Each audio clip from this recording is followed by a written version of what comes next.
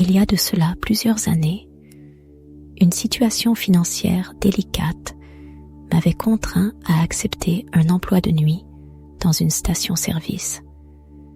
J'y ai travaillé pendant quelques mois. C'est vers mon 2e ou 3e mois que cet homme a commencé à fréquenter régulièrement l'établissement, toujours très tard, aux alentours de 2 heures du matin.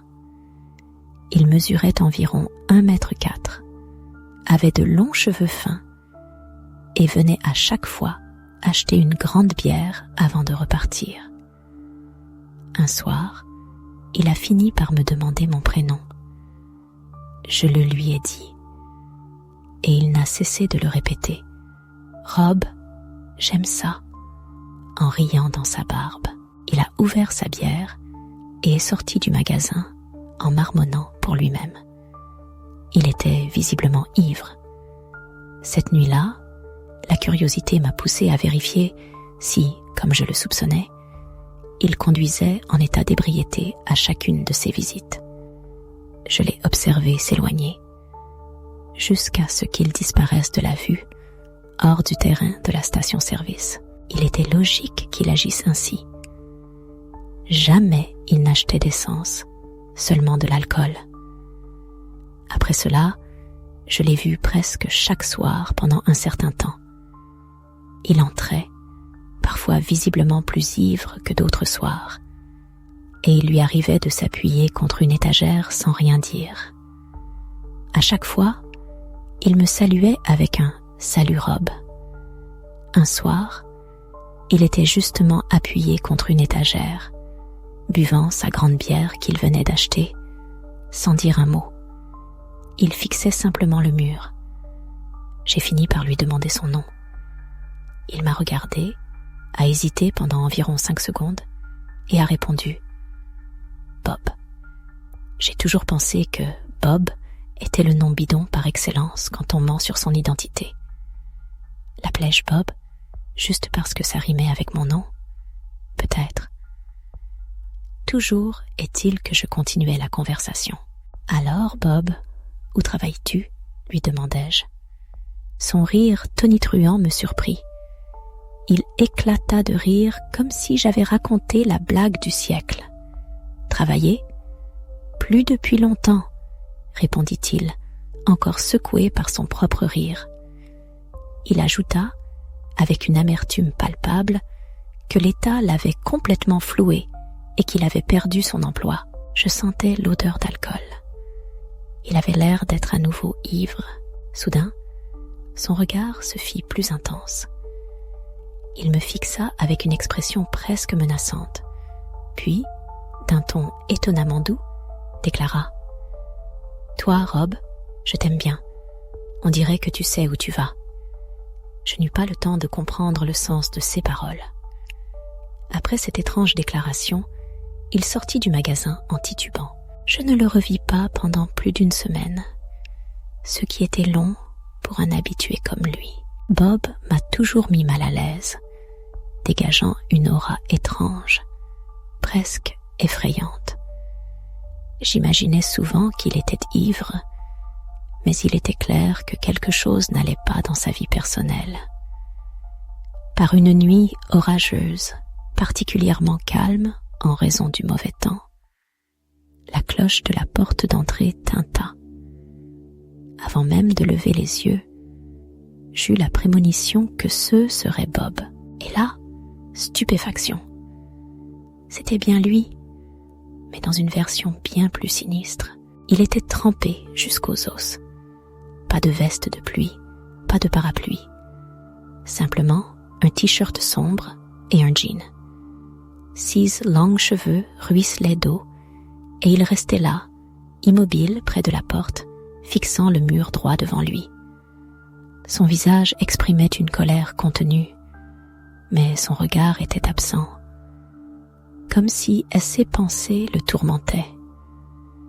Sa posture vide, son regard perdu dans le vide, l'eau dégoulinant de ses vêtements, tout cela m'a profondément troublée. Bob était là, immobile. « Bob, ça va ?» ai-je demandé. Pas un mouvement, pas un regard. Il restait figé, murmurant « J'ai fait une chose terrible. »« Quoi donc ?» ai-je insisté. Il a enfin levé les yeux vers moi, un éclair de panique dans le regard. « Il faut que je me cache », a-t-il dit. Puis, il m'a dépassé, filant vers le couloir des toilettes, disparu derrière le mur, une porte qui s'ouvre et se referme. Bob me mettait mal à l'aise, vraiment. Sa présence dans le magasin était toujours pesante, mais ce soir, c'était pire. Il avait l'air d'un mort-vivant, et cette phrase « J'ai fait une chose terrible », glaçante. Bob entra dans les toilettes et n'en ressortit jamais. J'imaginais qu'il était une fois de plus ivre, probablement inconscient ou en train de vomir. Dans tous les cas, je préférais ne pas intervenir. L'instant d'après, les lumières s'éteignirent, plongeant toute la station-service dans l'obscurité totale. Me voilà donc, coincé dans le noir, au milieu d'une tempête, avec un homme instable et visiblement éméché. Avec la lampe torche, je me frayais un chemin jusqu'à l'arrière du magasin, vers le local de stockage et le tableau électrique. La porte se trouvait dans le même couloir que les toilettes. En passant devant les deux portes entr'ouvertes, je constatais que Bob n'était ni dans l'une ni dans l'autre. Je poussai la porte du local. J'avais l'intention d'aller directement au tableau électrique, mais je m'arrêtai net en entendant un léger goutte-à-goutte et le grincement de chaussures mouillées. Un nœud s'est formé dans mon estomac, une angoisse froide m'envahissant. « Bob » murmurai-je, la voix tremblante, à peine audible. Un grincement aigu me parvint, venant de ma gauche. Instinctivement, j'orientai le faisceau de ma lampe de poche dans cette direction. Là, tapis dans l'ombre, Bob, 6 yeux, exorbités, injectés de sang, était fixé sur moi. Il se jeta sur moi, hurlant des menaces de mort, sa voix rauque et démente.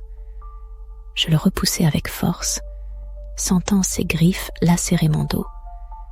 La panique me saisit et je m'enfuis en courant, regagnant la porte d'entrée du magasin. Il ne me poursuivit pas. Empoignant ma veste imperméable, je me précipitai vers ma voiture. Je m'y enfermai, tremblant, et composai le numéro d'urgence. Une opératrice me répondit, et je lui racontai l'horreur que je venais de vivre. Elle me maintint en ligne jusqu'à l'arrivée de 2 policiers qui pénétrèrent dans le magasin avec moi, leurs armes au poing.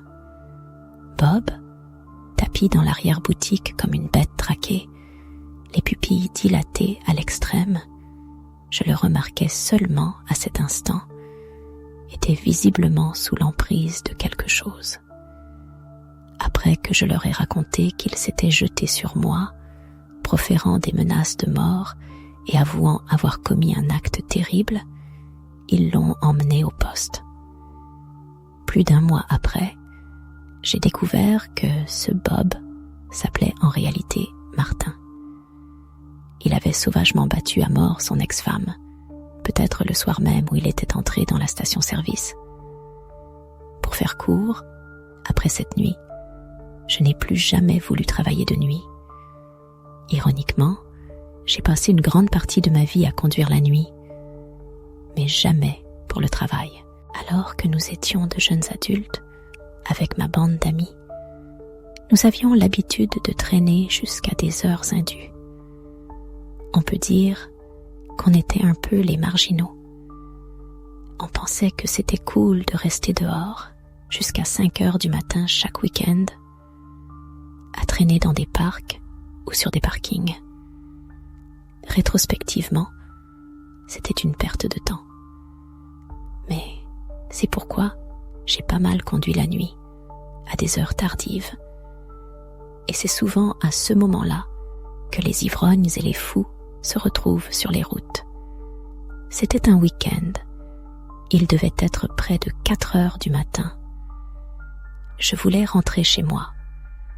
J'ai raccompagné un de mes amis depuis le parc où nous étions.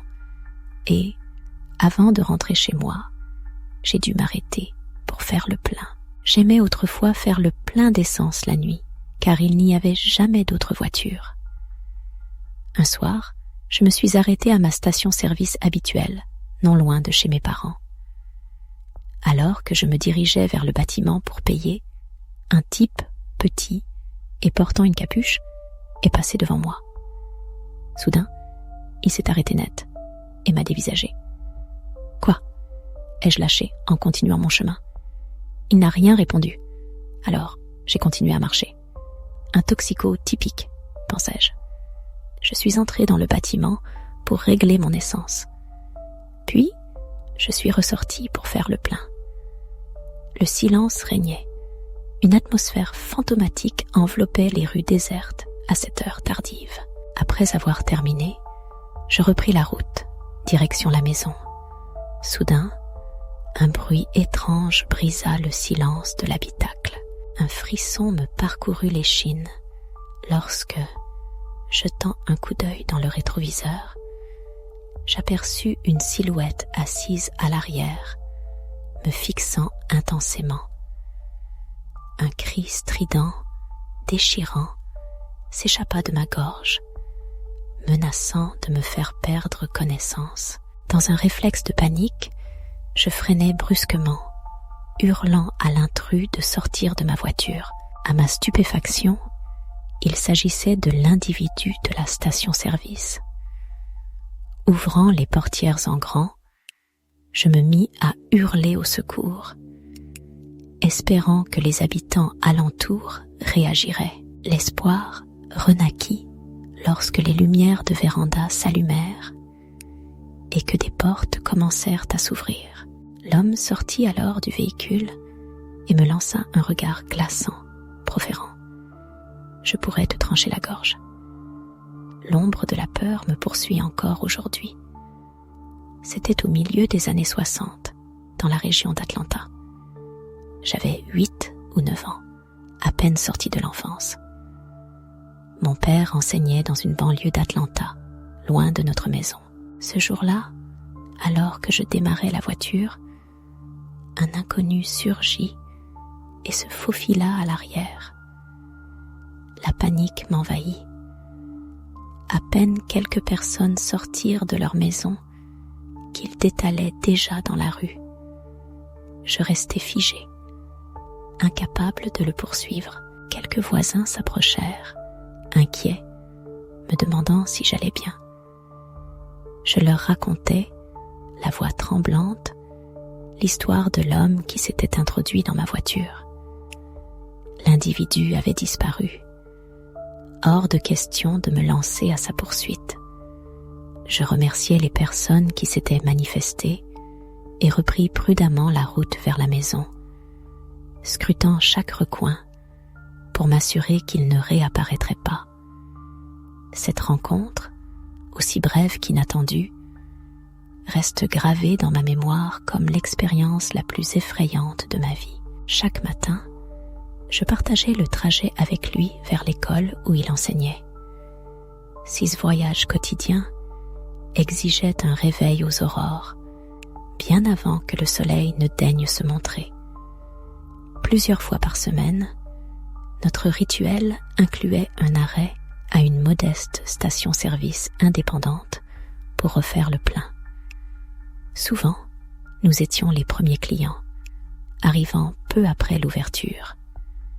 À cette époque, le service était complet. Un pompiste, armé d'une liasse de billets et d'un distributeur de monnaie à la ceinture, s'occupait de tout. Remplir le réservoir, nettoyer le pare-brise, etc. Derrière les pompes se cachaient de minuscules toilettes que j'utilisais fréquemment, le trajet étant relativement long. Un matin, nous arrivâmes, comme d'habitude, avant l'aube, mais trouvâmes la station complètement déserte. Un silence presque total régnait, à l'exception du murmure incessant de la circulation. Nul signe d'un employé, ni dans la guérite, ni aux alentours de la station. Mon père actionna le klaxon une fois, puis à plusieurs reprises, sans obtenir de réponse. Nous échangeâmes nos hypothèses. Mon père suggéra que l'employé était peut-être aux toilettes. Son absence persistante le poussa à envisager un problème mécanique l'ayant empêché de se rendre au travail. Nous patientâmes ainsi de longues minutes. Aucune autre voiture ne se présenta. J'exprimais mon besoin pressant d'aller aux toilettes et attrapais la poignée de la portière. Mais mon père, impatient, décida de reprendre la route, me promettant un arrêt à la prochaine station. Nous partîmes, l'esprit troublé par cette énigme. Un jour ou deux plus tard, alors que mon père lisait le journal local, un cri de surprise retentit. Il était 25 ans lorsque cet événement marquant se produisit. Je me souviens encore de l'excitation dans la voix de ma mère lorsqu'elle me lut un bref article relatant la découverte macabre du corps d'un pompiste dans les toilettes de la station-service où nous avions l'habitude de nous arrêter.